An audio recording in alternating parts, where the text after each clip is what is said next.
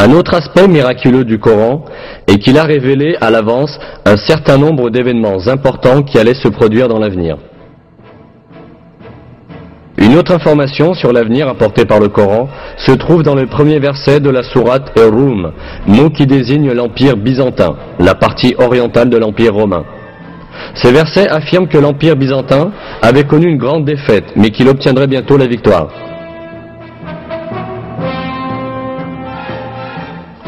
Les Romains ont été vaincus dans le pays voisin, et après leur défaite, ils seront vainqueurs dans quelques années. C'est à Dieu qu'appartient l'ordre, avant comme après.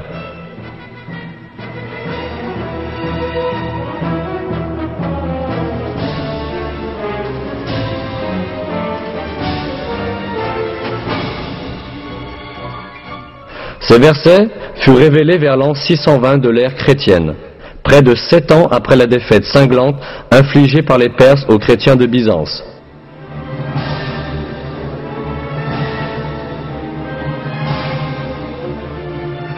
En fait, Byzance avait alors subi de telles pertes qu'il semblait impossible qu'elle puisse même continuer à exister, et encore moins connaître à nouveau la victoire.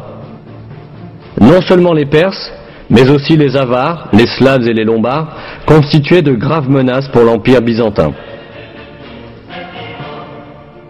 Les Avars étaient arrivés jusqu'au mur de Constantinople. L'empereur byzantin, Héraclius, avait ordonné de faire fondre l'or et l'argent des églises et d'en faire des pièces de monnaie, afin de faire face aux dépenses de l'armée.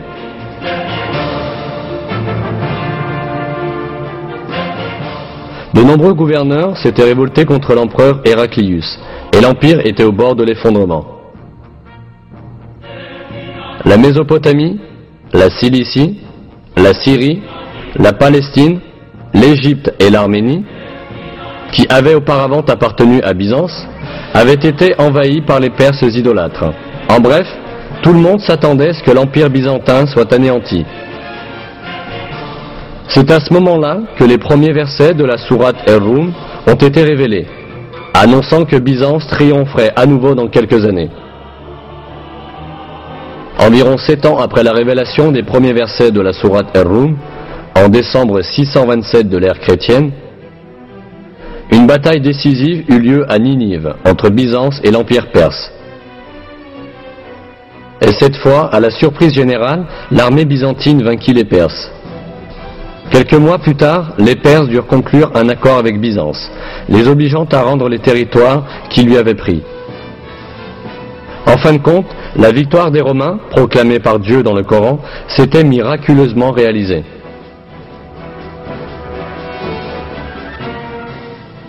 Un autre miracle révélé dans ces versets est l'annonce d'un fait géographique qui ne pouvait être connu de personne à cette époque.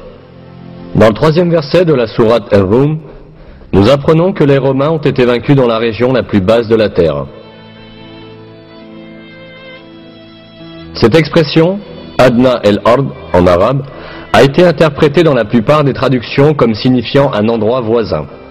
Cependant, ce n'est pas le sens littéral de l'expression, mais plutôt une interprétation au sens figuré. Le mot Adna en arabe est dérivé du mot Dani, qui signifie bas, et Ard signifie la terre.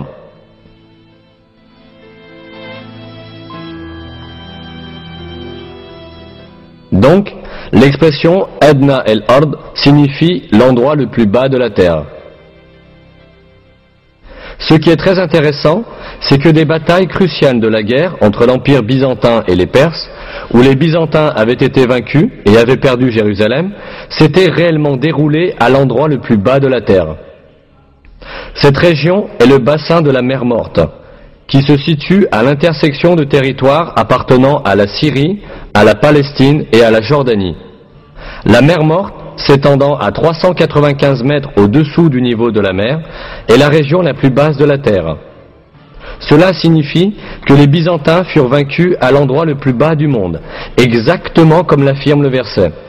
Le plus intéressant est que l'altitude de la mer Morte n'a pu être mesurée que grâce aux techniques modernes.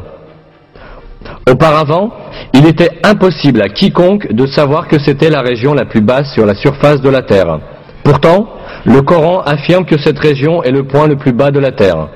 C'est encore une preuve que le Coran est une révélation divine.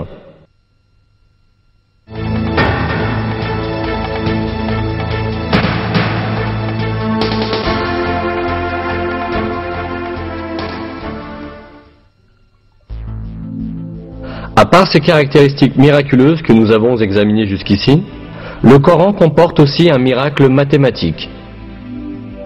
On en trouve un exemple dans le nombre des répétitions de mots dans le Coran. On s'aperçoit que certains mots apparentés sont répétés le même nombre de fois. Voici quelques exemples de ces mots et le nombre de leurs répétitions dans le Coran. Le mot jour est répété 365 fois au singulier, tandis que jour, au duel ou au pluriel, revient 30 fois. Le nombre de répétitions du mot lune est 12. Le mot châtiment est répété 117 fois, tandis que la fréquence du mot pardon, qui est l'un des principes fondamentaux du Coran, est exactement le double. Les mots monde et au-delà sont aussi répétés le même nombre de fois, 115. L'expression « sept cieux » est répétée 7 fois. La création de cieux revient aussi 7 fois. Le mot « iman » foi, sans génitif, est répété 25 fois dans tout le Coran, de même que le mot « kufr » mécréance ou négation de la vérité. Le mot « zakat » est répété 32 fois, et le nombre de répétitions du mot « miséricorde » est aussi 32.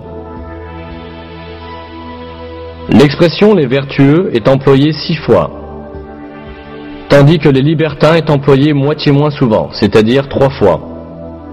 Être humain est employé 65 fois, et on obtient le même nombre en additionnant le nombre de fois où sont mentionnés les stades de la création de l'homme.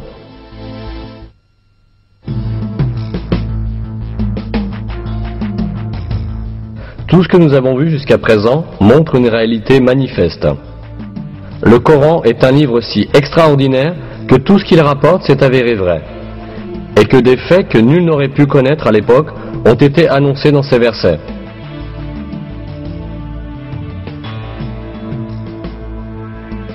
C'est assurément la preuve certaine que le Coran n'est pas une parole humaine.